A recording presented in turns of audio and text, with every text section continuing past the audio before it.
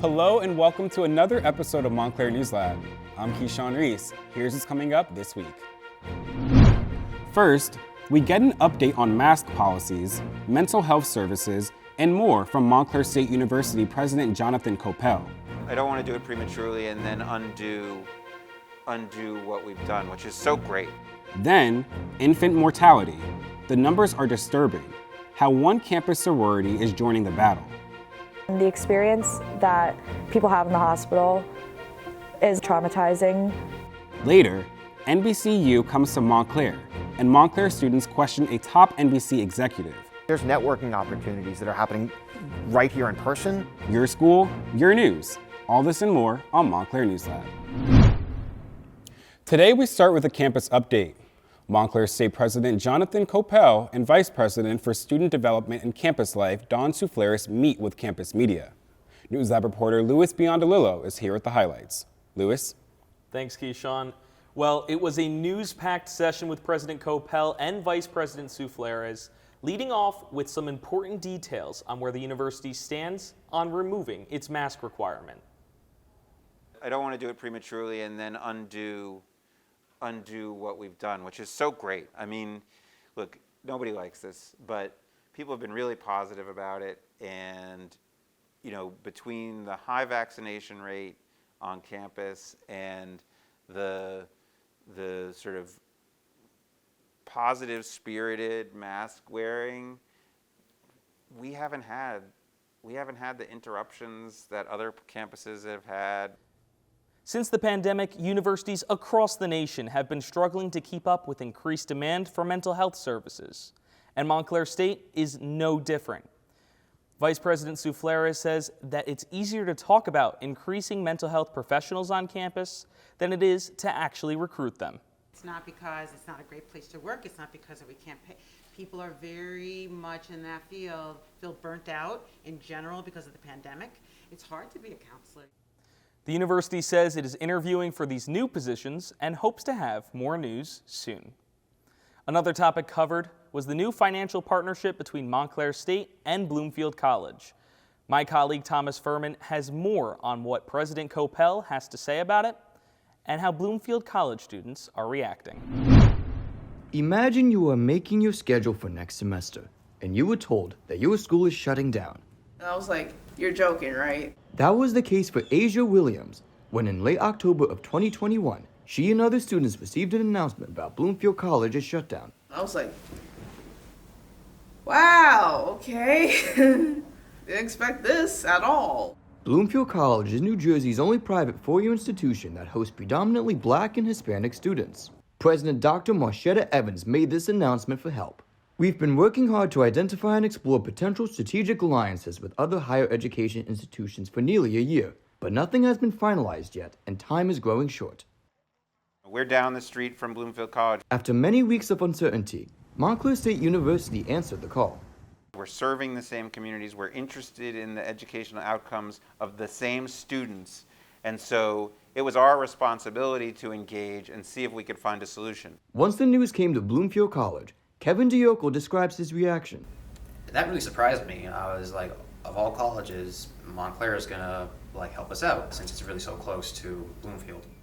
What we did was create, in some sense, a financial safety net for Bloomfield College so that if in the coming year they run into a cash flow problem, they can draw upon our university up to a point, about $7 million.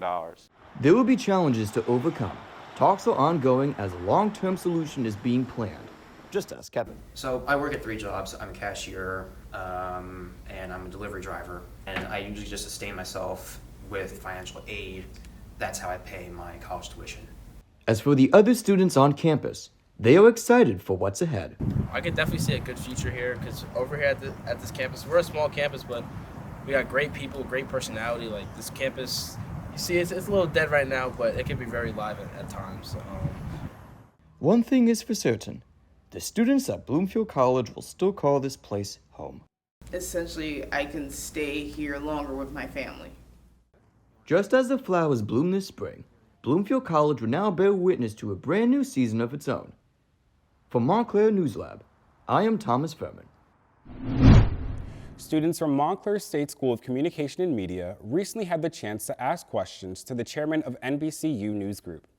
This was part of a virtual town hall sponsored by NBCU Acadmey. Noemi Mendoza covers the event for Montclair News Lab.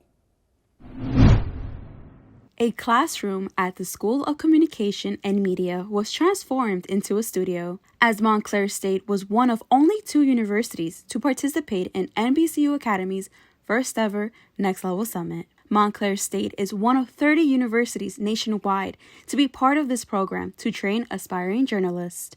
Now it's time for the main event, NBC Universal News Group Chairman Cesar Conde's Fireside Chat, where you'll get to hear from the man who made NBCU Acadmey possible. Also moderating, NBC News Now correspondent Zincle Esamoah, who is right now with a group of students at NBCU Acadmey Partner School, Montclair State University in New Jersey. There they are.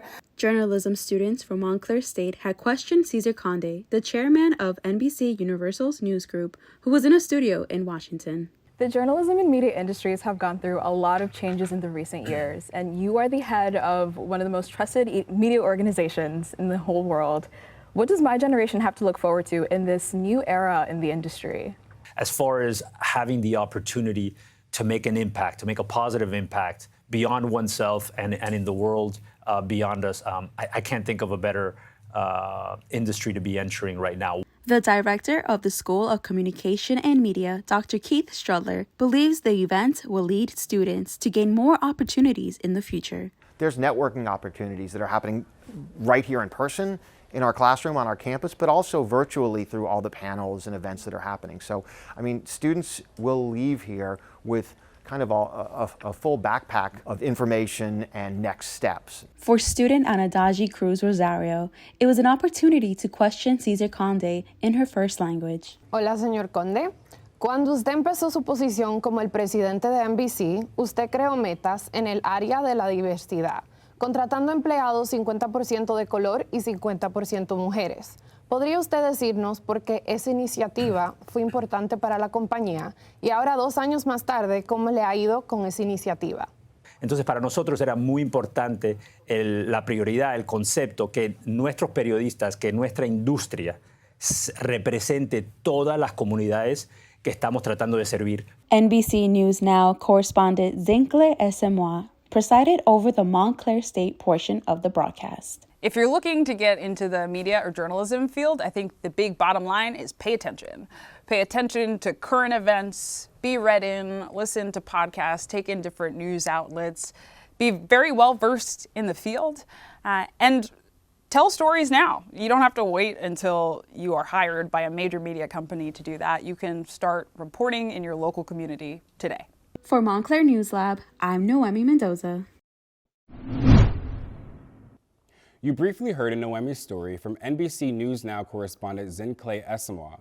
How she got to where she is a story of perseverance and talent. News Lab reporter Bernice Degwa sat down for an up-close interview. Talking about your experience, how did you get here? What motivated you to be in this position right now? Yeah, so I have always adored stories. My journey has always been one of building. I think every skill set I've learned, every topic that I've touched on has informed the next. I have to ask this because I'm also a Black woman going into the industry. How do you separate yourself when you're covering hard-hitting stories that also hit close to home? I think sometimes there's a narrative that who you are is a deficit when it's the opposite, especially in journalism, right? Who we are helps us understand many communities and tell different stories in really impactful ways.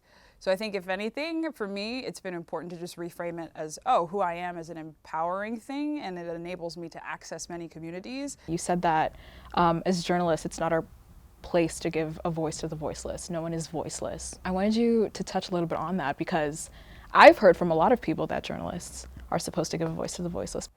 Right. As journalists, we are not a voice to the voiceless because everybody does have a voice, right? Our job is just to pass the mic in their direction.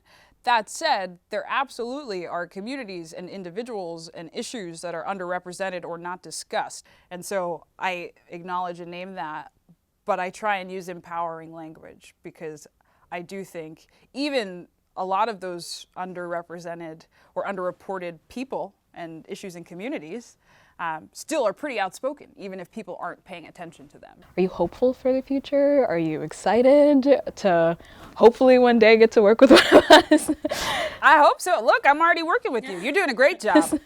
Now, more than ever, there's so much growth. There's so many companies are open to new platforms and new ways of telling stories, and that's very exciting.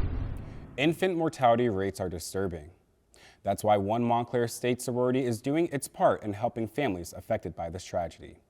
Ashley Corby reports. Haley Jiffla lost her infant sister in 2018. She's one of thousands of people who lose a loved one due to premature births every year in the U.S. My sister's name is Sophia Joy, and she was born at 29 weeks. It was definitely difficult because it was hard to not have somebody to lean on, because it wasn't just me that was going through, it was my entire family. 3 years after her sister died, she found a way to help. Sigma Sigma Sigma, or Tri Sigma, a sorority at Montclair State, partners with March of Dimes, a charity organization that promotes maternal health and lowering the current premature birth rate of 10.1% in the United States.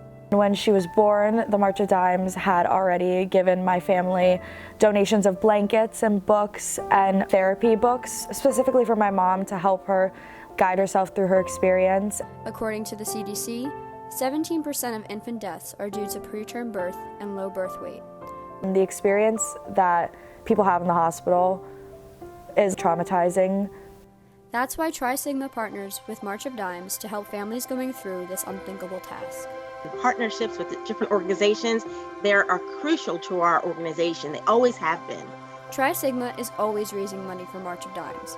Over the past 5 years alone, they've raised over $20,000. We have done an event called the March of Dimes Baby Shower, where we donated gifts through an Amazon wish list to a hospital through the March of Dimes. Collaboratively, we work together towards this mission. I think that we'll have greater outcomes right here in our very United States of America. You'll be the very best. The book that they donated to us, I still have, and I still read, and I read it to my little brother. Those are memories that I have of her that the March of Dimes gave to us, and they helped feel like she's still here with me. For Montclair News Lab, I'm Ashley Corby. Our international correspondent Issa Winnick is back from Northumbria University in England. We caught up with her and her twin sister Camilla for this family reunion. Yes, indeed. What is the difference between Montclair, the US, and Northumbria, the UK? They had an actual pub on campus. I know, and you told me about I was that, surprised yeah. because I'm going to class and then I see one of my friends ask me, hey, would you like to go to Habita's, which is the pub's name? I'm like, oh, sure. I thought maybe it's a cafe. So, and I just walk, I'm in the same building as my class. We're walking and these automatic doors open up and I see it's Habita's, and then right there I see it's like a beer tap, and there's students just ordering beer and alcohol. It's really funny to think, but because I was away, I felt that I developed this completely different lifestyle in England and an approach to my daily life. And being alone, separated from my twin, I got to also learn a lot about myself. And then coming back, I could just be a completely different person for the better. I like how you said that you developed yourself, because as Isa was away, I felt I kind of got to also focus on myself as an individual, as opposed to just being like, oh, with my sister, with my twin. In the UK, while I had so many friends and people, you do get lonely. And there are moments where you feel that maybe people don't understand you entirely. But now that I'm back and I have my sister again, I feel like I could have that connection once more. I hope you guys don't mind. I just need to give you a quick hug. I don't want to mess up. That's it for this week's episode of Montclair News Lab. Be sure to tune in next week for another episode. Until then, I'm Keyshawn Reese. Follow us on Facebook and Instagram at Montclair News Lab, on TikTok at montclair.newslab, and check out our website, montclairnewslab.tv for more.